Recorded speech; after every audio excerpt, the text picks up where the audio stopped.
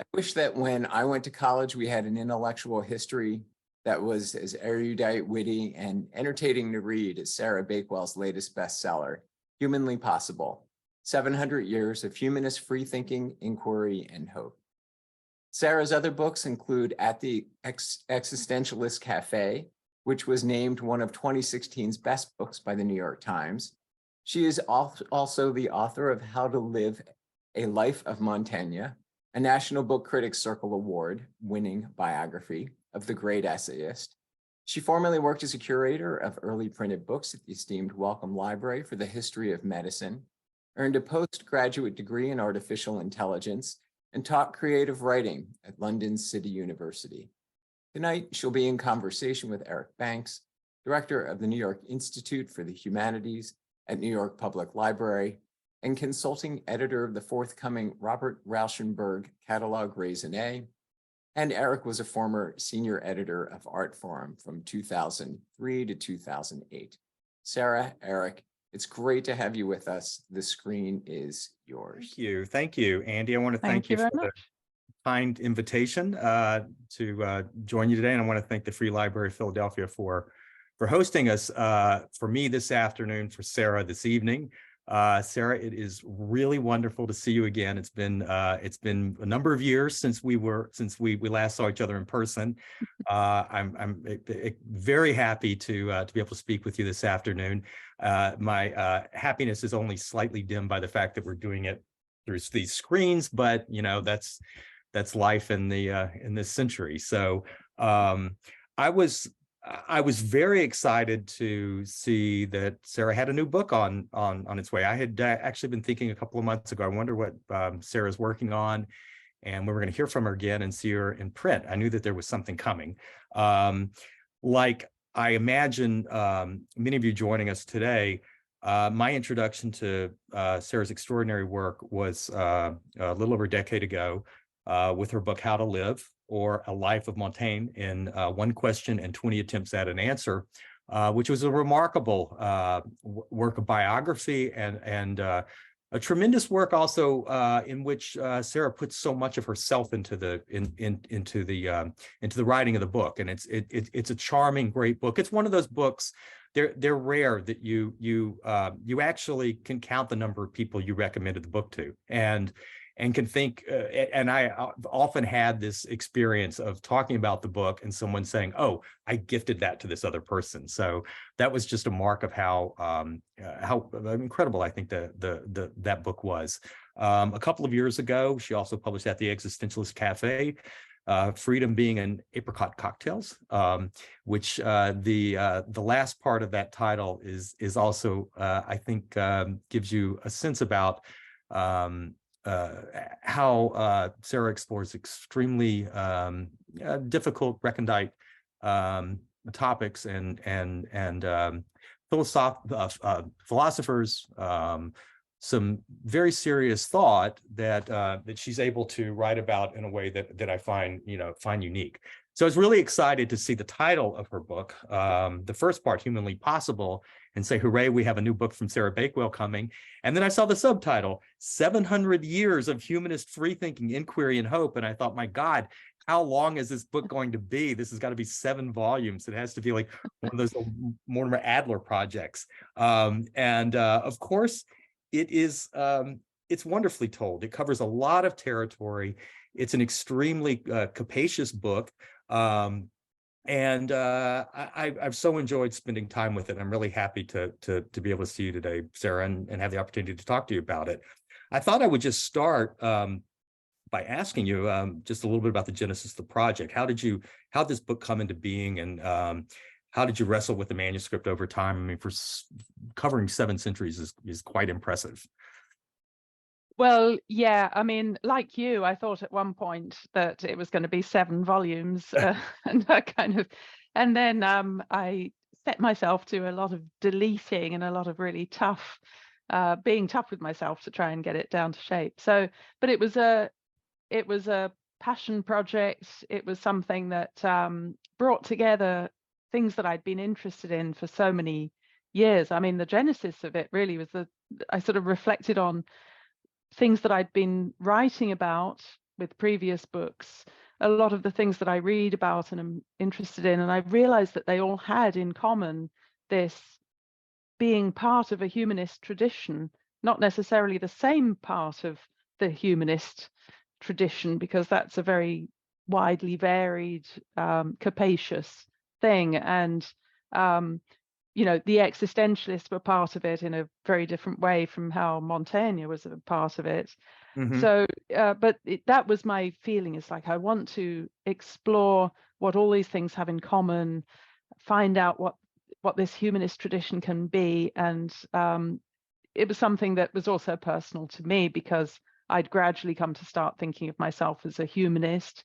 Like a lot of people, I think I was a humanist for a long time without realizing or without using the label. And so all of that I wanted to explore. So it was really, you know, it was certainly a project that was both personal and also very intellectually challenging and interesting for me to research.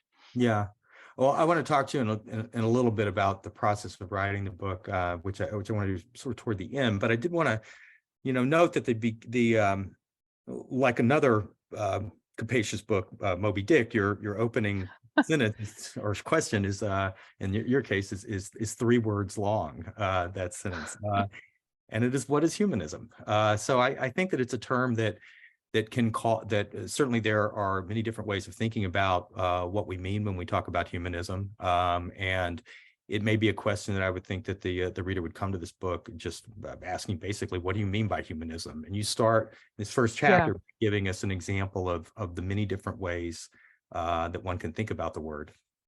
Yeah, I mean, it definitely, you know, it's a question that comes as soon as you use the word humanism. Me too, you know, it's like, what do I mean by humanism? And I think a lot of people feel that way. So in the book, I approach that by stealing something from another writer, basically, by telling a story that I picked up from a comic novelist. So that question, what is humanism, is a quotation actually from that book. So it's the scenario is told in a comic novel called Second from Last in the Sack Race by David Nobbs, English comic novelist, humanist, better known for a book called The Fall and Rise of Reginald Perrin, which became quite well known over here because it was televised, it made into a TV series many years ago. Anyway, this book, it's kind of, this part of it, he's basing it on his own memories, I think, and he tells a story of students at a school, at a high school, I guess, and they decide to set up a humanist society. So they all get together, have a meeting, and that's immediately the question that comes up right from the start. What is humanism anyway? So that's their question. And then one of them says, well, humanism is the Renaissance's attempt to escape from the Middle Ages and to, you know, sort of start all over again with an intellectual revival. Then somebody else says, but humanism is, I thought humanism was the attempt to get away from supernatural ideas of reality, to get away from religious ideas and look for other sources of the meaning and dignity of the human being. But then somebody else says, but that's weird because some people do have religious faith, but they still call themselves humanists. So, you know, that can't be right. And then another person says, but I thought it was just being kind, being nice to people and looking after old people and sick animals and things. To which somebody else says, no, that's humanitarianism rather than humanism. And yet another person gets completely fed up at that point and says, this is just wasting time. And to which the humanitarian one says, do you call being nice to old people and looking after sick animals a waste of time? Yeah. So the whole thing like falls apart, and they just, you know, they can hardly get off the ground with this humanist meeting. But for me, that was my starting point. Was the thing is, they're all right. Like each of those people are giving an interpretation of humanism, which is perfectly valid. So, okay, there's like 5 different definitions that are offered in that meeting, but it doesn't have to lead to chaos and sort of giving up. The question that then comes to my mind is, well, what do all those things have in common? So you've got like your Renaissance humanists who were literary scholars, teachers of the humanities. We still call them humanities today, still call them humanists, those who specialize in it. You've got your kind of non-religious humanists, religious humanists. There's a definite sort of, they're completely different ideas of what humanism is, but they're all valid, and an idea of a moral way of being and a sort of philosophical humanism, and all of them are different facets of this varied idea, but they all, I thought, what do they have in common? What they have in common is right there in the word human. They all take the human realm of culture, society, and relationships and morality, moral relationships with each other and with the world of life of which we're a part, and history. In the case of the scholarly type, you're sort of talking about human culture that is being recovered and read and written about. It's they take the human realm and make that the starting point, make that the thing that they want to investigate, as opposed to, so there's this kind of classic division into 3 realms. That there's the divine realm, which is studied by theology. There's the physical realm, which is studied by what now we call the sciences, and then there's the human realm, which is the realm of history, ethics, sociology, politics, all the things that humans distinctively do in our social world. And that's what all these forms of humanism are kind of making a foundation and a starting point. So that became my foundation and starting point as well. I thought, I want to find out what all these things, what connections there are, and how they responded to each other, and how the idea of humanism has developed through these different meanings.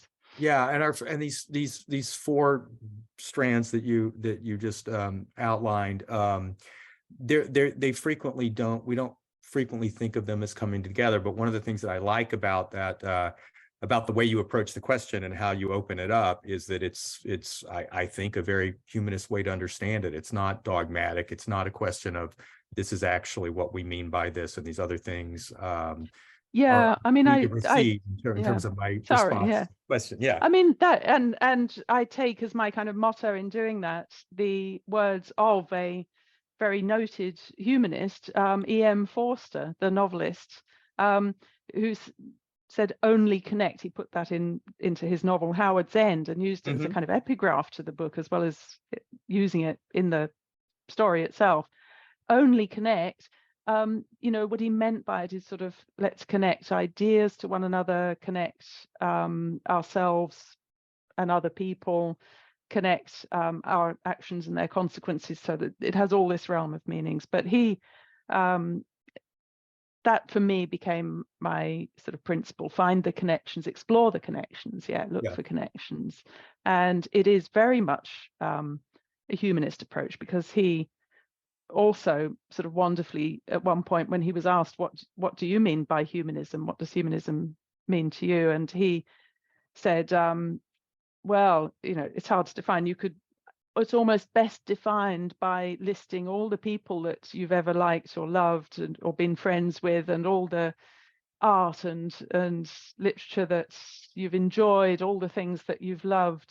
That's the definition of humanism. So that's a very personal, very humanistic way of talking about humanism, which I think is one of the great things about the book. I mean, I'm not going to give away this ending. There's a beautiful ending that you have, or a near ending, where you list all these things that we've just encountered in the book, and most of them are really specific things. They don't give themselves to systematizing, to abstraction, etc. It's not a creed, it's not a dogma, it's not a fully worked out system, but it exists in that same way that Forster talks about listing the things that you love and the things that have meaning for you and the things that you value, and they're individuals. It's not a listicle, but but you get this sense of it's almost a kind of anti-heroic way to approach that motto, which animates his not just Room with a View, where it first appears, but Passage to India.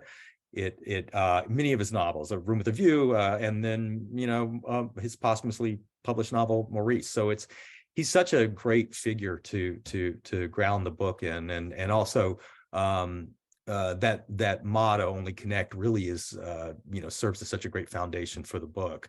I wanted to ask you about, I originally was thinking about a couple of quotations that you highlight in in the opening, and that was one of them, and the other one I was thinking of that I wanted to ask you about that provides you with your title is one from the Roman playwright Terence. Yes, and I'll read it in English, not in Latin. I am human and consider nothing human alien to me. Yeah, this has been, in a way, it's the same idea, only connect. It's that we're all connected through our humanity. So I'm human, therefore I'm sort of bound and connected and tied to other human beings that are around me in my life or that I might encounter. We're bound to each other sort of from the start. We're not isolated beings. The lovely thing about that quote, which has been, since it was sort of first appeared in a play, it's been quoted by humanist organizations and, individual sort of enthusiasts for humanism for centuries. Montaigne had it. It was in pride of place among the various quotations from his favorite authors that he had literally painted into the beams on the ceiling of his study. That had pride of place. The interesting, what kind of amuses me is that in the original play, it's actually just a kind of gag. It's a joke. It's a comic line. So you've got one character saying to another, "Why are you always being so nosy?" It's a nosy neighbor that he's talking to, and the nosy neighbor says, "I'm human. Nothing, nothing human is alien to me." It's like he's saying, "What can I do? I'm only human, or I'm human. I'm interested in what my neighbors are getting up to." So it's in there for a laugh, but it's taken on this life of its own. And I think it's a very resonant quote, especially when you think about people who are suffering, people who are, sort of connected to the suffering of others. And Terence would have known something of what he was talking about there, I think, because he was enslaved. He was an enslaved man in Rome. His part of his name is Afer, which means African, although he may have been, we don't know, he probably was of like maybe, Roman origin, but perhaps grew up in Carthage. I mean, all this is a little bit of speculation there. But anyway, he was taken in as as a boy, as a young man, as an enslaved person, and began writing. Sort of was given a kind of freedom by the person who had enslaved him, perhaps because he liked his writing. But you certainly get a very strong sense that that Terence, in talking about humanity and our shared humanity and that kind of human essence and dignity that we all have, I mean, it means a lot coming from someone who's been through that experience. It definitely does. And I think the afterlife of both quotes, but particularly the line from Terence, will come to animate a good bit of your book. There are so many stories that you tell, and there's so many different, I mean, it's not stories that you tell, but there's so many stories that run and threads that run through the book. And in the remaining time, I'm sure we'll cover all of them. No, I want to point out just a few and discuss them. And I think I want to start with the fact that one of the stories really that runs through the book is it's a story. It's a book about books, and it's a book about frequently unpublished books. It's about how the circulation of manuscripts, often by hand, goes hand in hand with the development of the idea of what it means to be human and the kind of consolidation of the idea of humanism. And you begin with with Petrarch and his wonderful acquaintance or irascible acquaintance of Boccaccio in the 1300s. And you have this wonderful quote from him about the way about the way that he addresses himself to the spirits of the past, and addresses them from the land of the living. There's a way that the past really comes alive. These books take on an almost lifelike quality for Petrarch, and they become so important to the early manifestation of the humanists. I'd love for you to say something about also talk so much about the importance of Petrarch, how important writing, like physically writing, was for him. There's a way that it's almost like you feel that writing was invented at that moment. Obviously it wasn't, but yeah, I wouldn't go that far, but I think what was distinctive about Petrarch, and the reason why I decided to start there, I mean, there's an introductory chapter which sets a much larger context, both geographically, culturally, and historically, in the sense it goes back a lot further than 700 years. But then when I sort of get into the 700 years, I start with Petrarch largely because he was a poet, book collector, manuscript collector, editor, all-round scholar, sort of humanist for hire, in a way, because he worked for patrons, either in the church or outside. He had a very powerful vision himself of what he felt he was doing with all of this, and he saw himself as reaching back into the whatever he could recover of the classical culture, especially the Roman culture. Writers like Cicero and Virgil, who were two of his favorites, so the sort of Roman authors, and whatever he could get hold of, basically. He longed to read Greek, but he never really learned it. Very few people did in Western Europe at that time. So he saw himself as bringing all of this sort of from a time of light that he thought it existed in the ancient world, across what he defined as a period of darkness. And the whole idea of the Dark Ages really starts with him. He looked back on the time since the fall of the Western Roman Empire to his own time and saw just like this awful darkness in which texts were lost and wisdom was lost, and moral sort of revival was needed.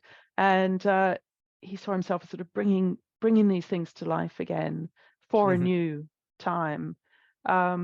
So it's this kind of self-mythologizing, I suppose, that really made him feel like a good place to start. But the genuine love that he had for those authors and for the manuscripts that he managed to find. So he kind of traveled around Europe, especially the Italian peninsula and France, as it now is, to sort of try and find manuscripts wherever he could. He'd stop at any monastery in particular and ask to look through their forgotten rooms where he might find something, at which point he might acquire it, but quite often he would have to stop and copy it. So if he was traveling with friends, the reports of they'd have to stop and wait for days on end while he sat there copying out a manuscript in its entirety, because that was the only option. No printing yet, of course.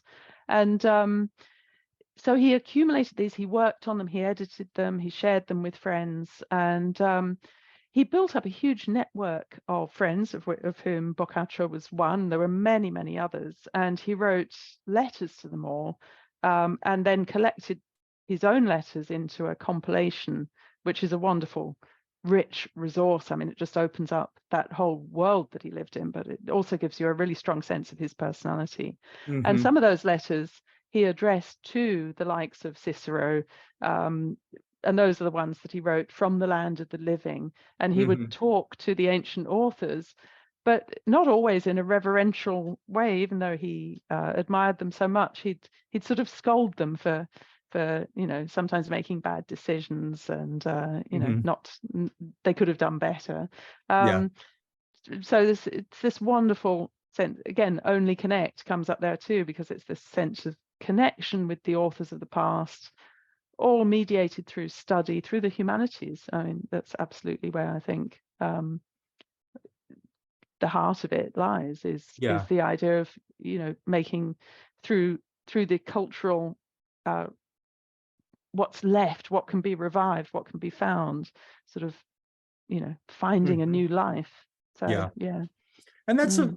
that's very much of what's at the spirit of the book. I mean, there's this, if there's a figure, it's probably Janice that I would think of as that very much of the project here. It's looking forward and looking forward and looking back at the same Yeah, moment, and a kind it's of good. Yeah. timelessness that is still embedded in this, incredibly rich and deep history.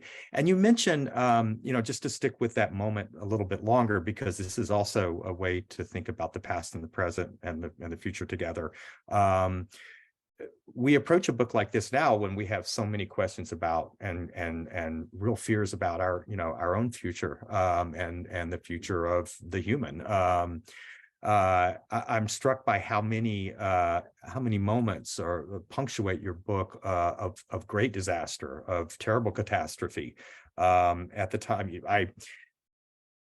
one of the experiences I had a couple of years ago that was incredibly meaningful was to lead a reading group of Boccaccio during the early days of COVID, when we really didn't know what our own future would look like. And that great story of a group of 10 people leaving Florence to escape the plague and spending the days passing the days telling stories to one another. But you talk, and many people have written about the great earthquake in Lisbon and 1755, which was such an earth-shattering, literally, experience for writers as varied Yeah, it as really shook everybody up. Yeah, it really did. But no, I it's mean every that. writer Yeah, from Voltaire to Goethe, and it's really interesting to see. I mean, it also, to me, points to this strand that you write about as well when you explore what the meaning of anti-humanism is. But I do find that really interesting, the way that this sort of coexists, and in some kind of great tension, and can often be the goad for these moments of which we think of as really the beginning of the Enlightenment, for example. yeah. I mean, I think there's a sense of, in responding to crises, they're reflecting on what's important in human life, and that can take various forms. So with Petrarch, I think, again, I had a strong feeling that after of course, 1348 was the height of it, the first great outbreak of plague in Western Europe, followed by many other outbreaks through the ensuing decades. So he lost many, many friends. And this sense of loss, so part of this wanting to recover and find a sort of source of renewal, I think it didn't start with the plague, because he was already well into it by then, but it was the desire to sort of preserve things, to find these precious things and hold on to them, and also to preserve and advance his friendships, and sort of that's what writing is. It preserves human life, parts of human life, against the inevitable loss that comes with time. Jumping ahead to Voltaire, of course, very different time, very different context. But when he responded to this Lisbon earthquake, he was sort of looking more to the future in a way, because his response was, the first one was a sort of a poem that he wrote in the immediate wake of it, about it, just imagining the terrible suffering of the people who were caught up in the earthquake, the fires that followed, the tidal waves that swept people away, the horrible aftermath, with the buildings having been shattered, and people trying to piece together their lives amid the ruins, and disease and all the things that followed. So his first reaction was just imagining that suffering. And then most famously in Candide, but also in other works, he started to write about rejecting the response to such disasters that says, well, we must just accept it, because this is clearly God's plan for the world. So the famous idea that was codified, but didn't start with Leibniz, the philosopher, that all is for the best in the best of all possible worlds, because this is the way God made the world. He clearly, this is optimal, it couldn't be better, this must be the best world that could be, because God is good. And we must just, so we should try and just be happy about it, even however awful it looks to us. And Voltaire sort of writes, first of all, no, I mean, we have a right to bewail our fate and to complain about things that are not that are painful. It's only human to do so, and rather than trying to justify it. But most importantly as well, that, you know, and this was the whole Enlightenment project, was suffused with this feeling that we can try and make things better, like not try and make things perfect, but try and do little advances, whether they're technical or political or social or moral or personal, to just to reduce the suffering where possible and to make things just, you know, that bit better. So obviously with earthquakes, you know, there's build better buildings, for example, would be one obvious way of making earthquakes less destructive to human life. And that comes across in Candide, where he, having put his characters through all sorts of terrible suffering of all kinds, he has them all gathering together and saying, Candide says, "We must cultivate our garden." A slightly enigmatic remark, which I take to mean that, you know, we just should work on what we have in front of us. And there's a sense of human possibility, that it's humanly possible to slightly improve the human life, and not just human life as well, other forms of life, if we do, you know, if we do our best, if we exert ourselves, if we use all the ingenuity of which we're capable. So it's a kind of meliorist project, which is, you know, just that, trying to improve on things. And Yeah. you know, it's not, I mean, there's strands of the Enlightenment that are all about the use of reason. I mean, most famously, people think of the Enlightenment in terms of reason, but I think there's also a great moral interest in among Enlightenment thinkers in how we can sort of improve the level of human happiness. Yeah. And that really, I think that is so much a part of your story, about, particularly as you get into the 19th century and figures like Humboldt, and the way that he articulates the meaning of an education, and has such a great influence on what we think a university is, and how we think about the education of young people. This also goes into the figures that you write about, like Mill. It's such the idea of making it possible to bring happiness to more people has become such an animating principle that influences everything from education policy and how we construct our schools, to how we think of children and how we think of children's development and developing their possibilities, but also goes back to Terence and the idea that the greater diversity that we can encounter and that we can cultivate and that we can foster is such a core component of what you emphasize in linking very disparate thinkers. And I mean, yes, it's a very 19th century very 19th century hopefulness, I think, that is in there, connected to, you know, the idea of increasing happiness or increasing human fulfillment through education, you know, particularly, but through better political systems. Very great interest in freedom. I mean, this is all in the context of the Europe of the time. And another figure that falls into that, I sort of look at three of them in relation to each other, is Matthew Arnold, who wrote Culture and Anarchy. He was a poet as well, and an essayist, wrote Culture and Anarchy. And he had this sort of belief in culture as well as education as being something that would improve us, you know. But but one of the things that in some ways there's a conservative tinge to his thinking. But one of the things that really interested me reading that book, which I've had on my shelf forever and had never actually read until I started somewhere back here. The pages are cut, but well, exactly. I mean, I always thought of it as being probably quite a really turgid and very, very 19th century type book, but which in some ways it is very 19th century, but it's also actually quite witty in places and quite fun to read.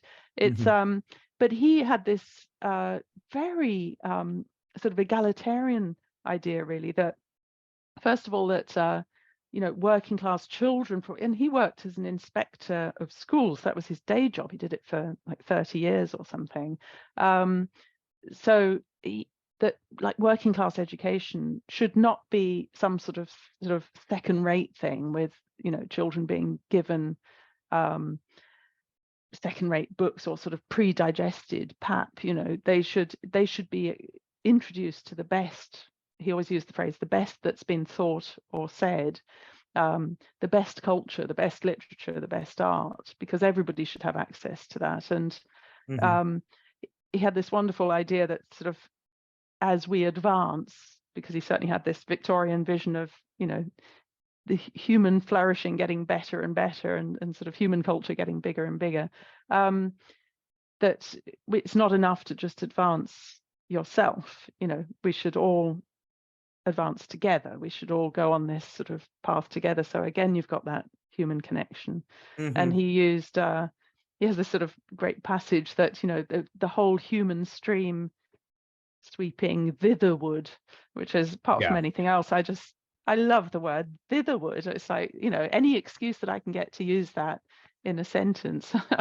I mean, thither is, I've always liked thither and thence. It's kind of to there and from there, but thitherward is like in the general direction of to there. What there is not entirely clear. What is this goal that he's heading for? But there's this idea that we should all be, sort of making human life better, having more and more access to culture. So that's a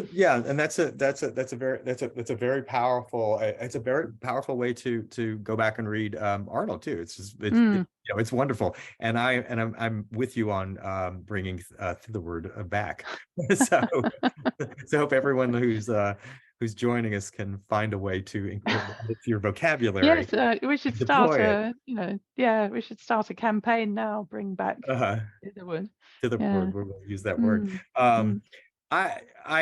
There's so many things I would love to talk to you about with this that I think you really accomplish in the book. And one of the things that's it's kind of amazing to me, and then I'll ask this question, and then we'll see if we have any questions from our audience. But I love the way that you are able to kind of humanize the humanists, and in some cases, they're figures like Bertrand Russell, who are these kind of monolithic figures that are very hard for us to approach in many ways. You have just this wonderful way of bringing them to life, but also they're very human figures. That's when I mentioned Forster earlier, and I used the word anti-hero. That comes through. You don't see these towering, figures of thought, even though they all were. But they also you appreciate them in their very human nature. They were generally flawed because they were human beings, and human beings are flawed. So, and some of them were probably more flawed than others. I mean, some of the ones that became favorites for me were sometimes the ones that were not necessarily people that I'd want to spend very much time with, because they could be difficult or obnoxious or very argumentative sometimes, or they had all sorts of things that made them less than perfect. But that's, as you say, that's in the nature of the fact that they were humanists. They were humans as well, and so that's right. I also, I realized that the people that we've talked about, of course, tend to be all male, as well as being all European. There's some Americans in the book as well, and and I try to sort of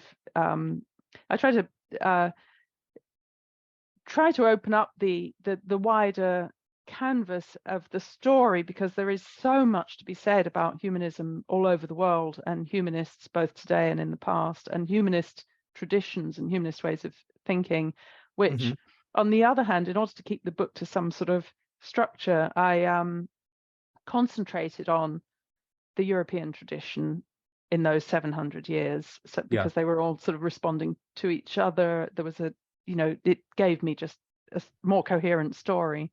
But there were also some very interesting women in the book and in the story, and several of those, again, of course, human, all too human, just like the men, but such Yeah. compelling personalities. I mean, Mary Wollstonecraft features, for example, as a humanist as well as a feminist, because a humanist in the sense that a lot of her writing, particularly in a vindication of the rights of women, written in the wake of the French Revolution and the whole idea of the rights of man, was about that same idea of sort of human unfolding, the unfolding of potential and education and development. And these are all strongly humanist strands that she's saying that women who legally as well as socially tended to be treated as children all their lives. I mean, literally, they sort of never came of age in a sense because they were never able to completely sort of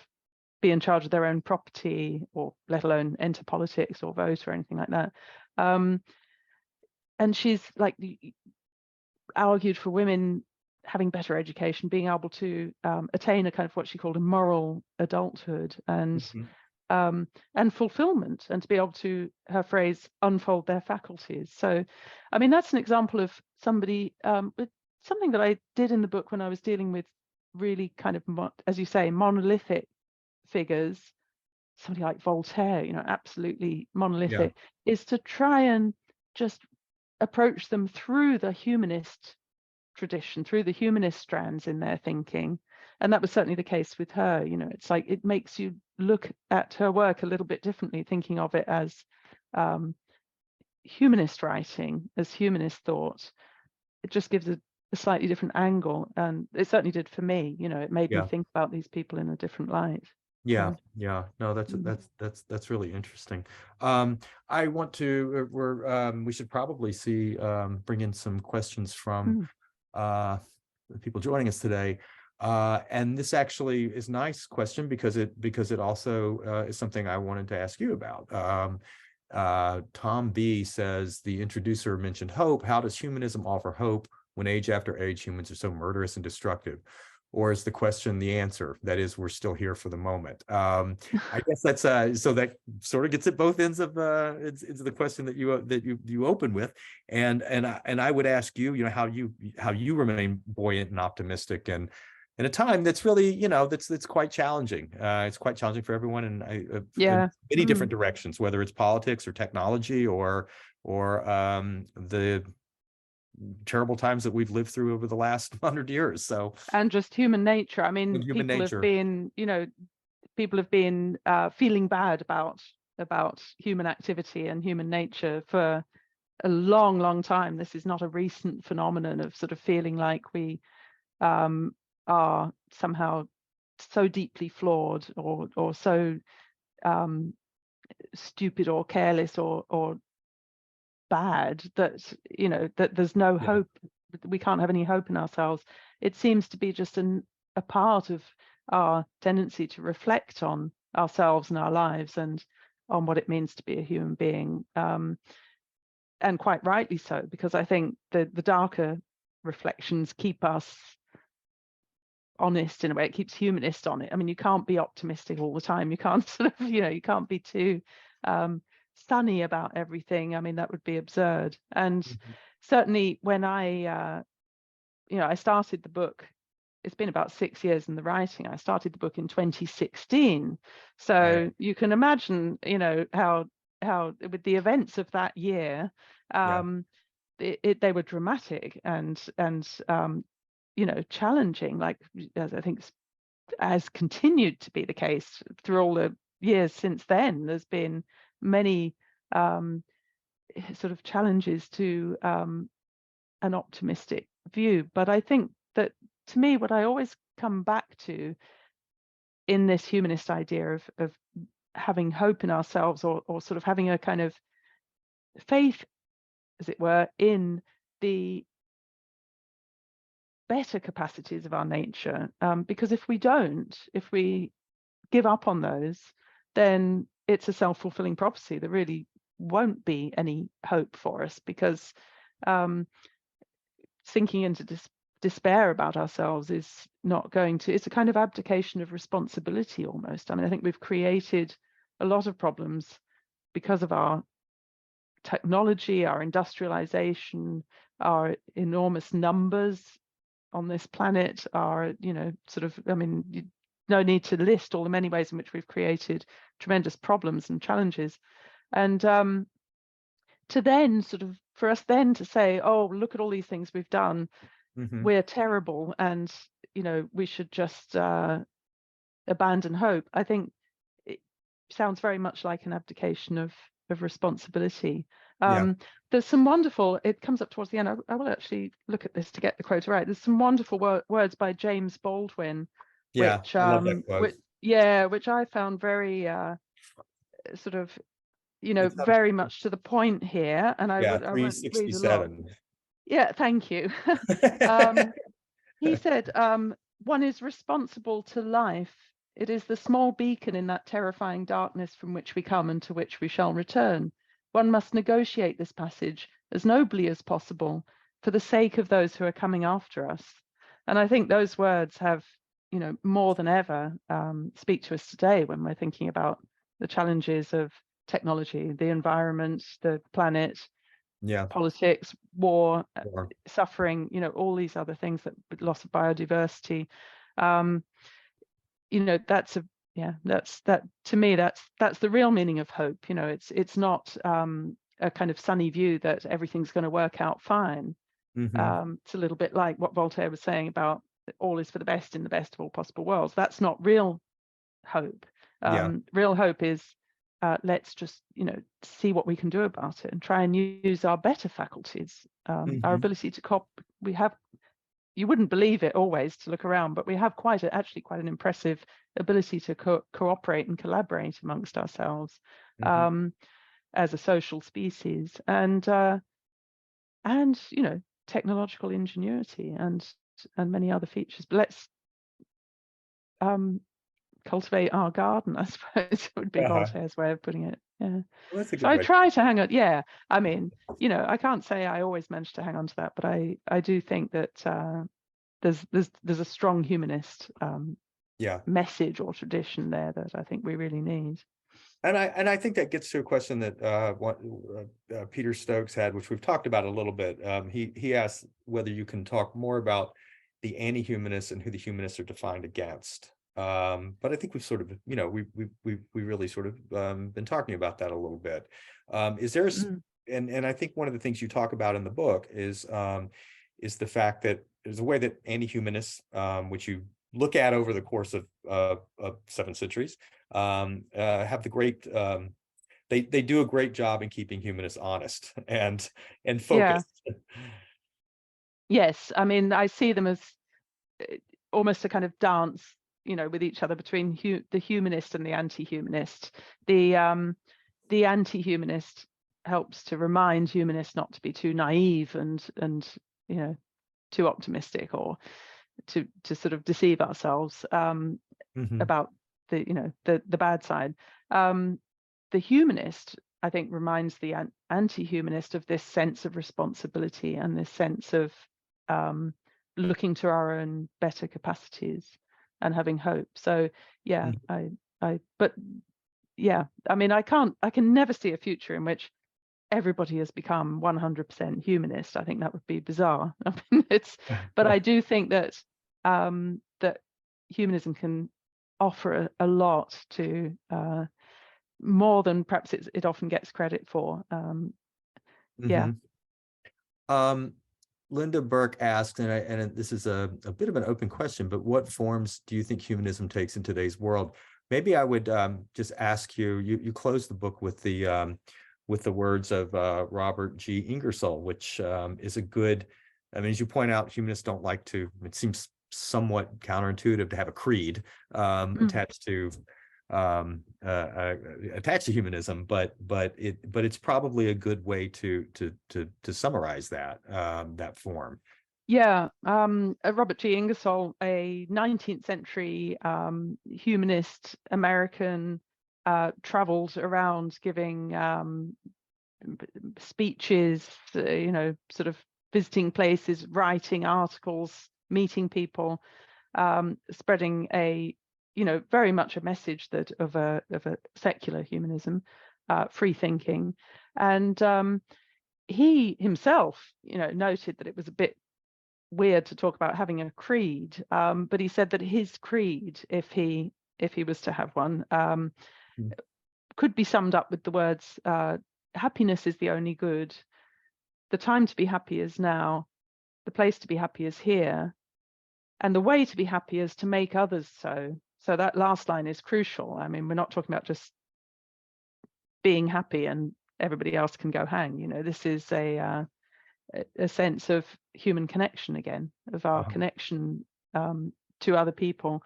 And I think he concluded, I mean, he delivered this creed several times, but in one of them he said something like, this creed is good enough for this world. If there turns out to be another one, then I guess I'll come up with a new creed for it. But yeah, that was his creed. And I think I close the book with that. I think it's, yes, in some ways it's simplistic, in some ways it doesn't capture the entire sort of meanings of humanism, but it does capture an awful lot of it. And I think the idea that it's this world where we need to cultivate our garden. It's this world that we need to be happy or seek fulfillment, and not just for ourselves, but totally in fellowship with other people. Yeah. I think this might get to the last question that we have. It's from Abby Tunstall. She says she's aware of humanism as a European and American phenomenon. Do you know how other countries elevate the human condition through their arts and culture? Well, that's a little bit of an open-ended question, but thank you, Abby, for the question. You. But yeah, maybe what I'll ask to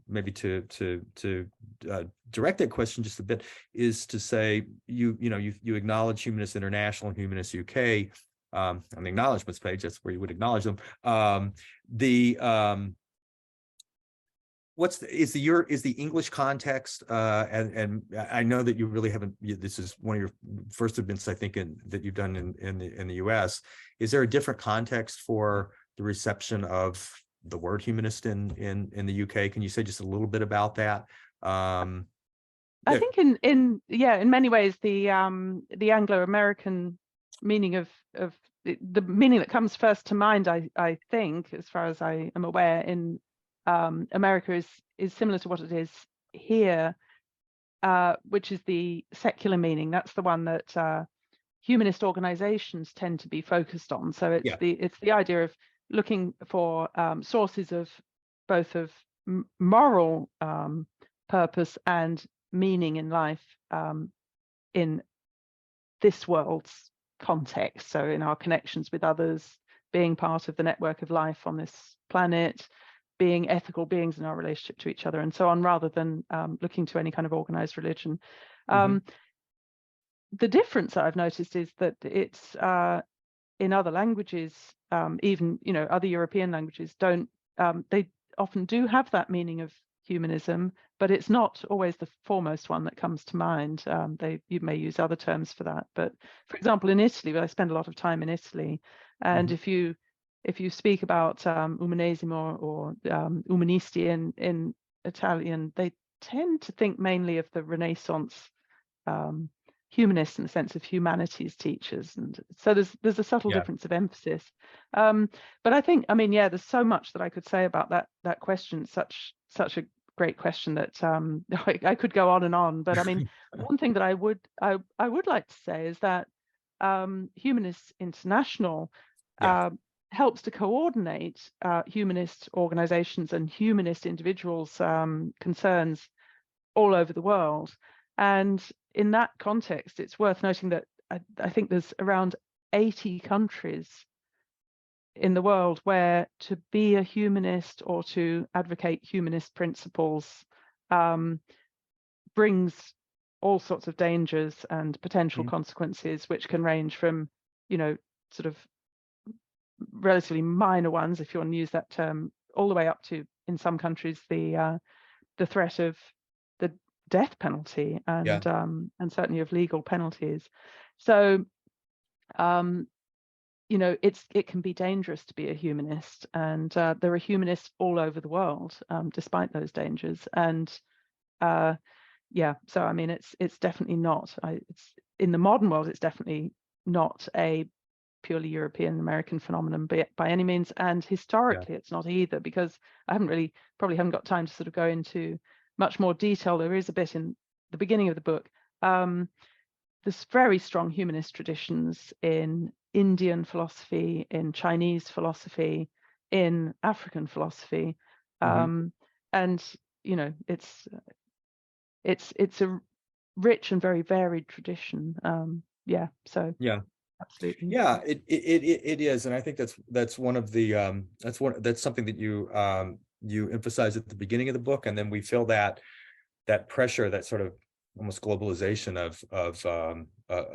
of all these. I mean, you feel these many strands coming together throughout the rest of the book as well, and I think that that's an important point to make. And I've really enjoyed our conversation. I think we're just about time, unless anyone else has any additional questions. Oh, I see there are two. I'm sorry. Let me just quickly ask two questions. I didn't see these. I'm sorry. They were underneath the fold, so to speak. Warner Q says, I love this book and can't wait to read your other works. Like you, I was particularly keen on Lorenzo Valla. Could you tell a bit of his story and why you're so enamored of him? Unfortunately, you've got 2 minutes to do that. 2 minutes. Lorenzo Valla in 2 minutes. May I also add the other question, and we can come back to, like, this is going to be a speed dating question. Was that Zora Neale Hurston on the cover? Wonderful. If so, how does she fit into the story? Thank you. I apologize. I did not see that there were additional questions underneath the ones that were on my screen. I would have loved to have presented these here. So, well, since we've got 2 minutes, yes. I think possibly, much as I would love to go on about Lorenzo Valla, possibly I should sort of leave that, because it does take a little while to explain, how he fits into the story. Yeah. But it is really good. It's really fun to read. Yeah, I mean, I think there's so much to talk about there, and yeah, I do hope that people will enjoy reading about him, as I certainly did enjoy reading about him. So Zora Neale Hurston she particularly features for she had these sort of this wonderful way of talking about the sense of not expecting a personal afterlife and yet feeling connected to the whole universe through just being alive, being on this planet, being matter. And this is actually a very ancient philosophical tradition going back to, it certainly goes back to those Indian philosophies that I mentioned, which are very ancient, materialist in a way, but also very spiritual, and some ancient Greek philosophers that I probably haven't got time to go into. But there's this idea that although we're basically material, and yet through that we live on, we're connected to everything else. That actually takes us neatly back to the idea of connection again, and perhaps that makes a good point to wrap it up. Yes, exactly. And my apologies to Warner and Arnie. I just didn't see your questions, and they're really wonderful points that you made. I've enjoyed this so much, and congratulations. Me too. It's such a wonderful book, and I'm really just so happy to be able to talk to you about it for a little bit this afternoon and evening for you. And thank you so much, and thank you everyone who joined us this afternoon. Yes, and from me too. Thank you very much to everyone for joining us. It's been a real pleasure. Thank you very much, Eric. And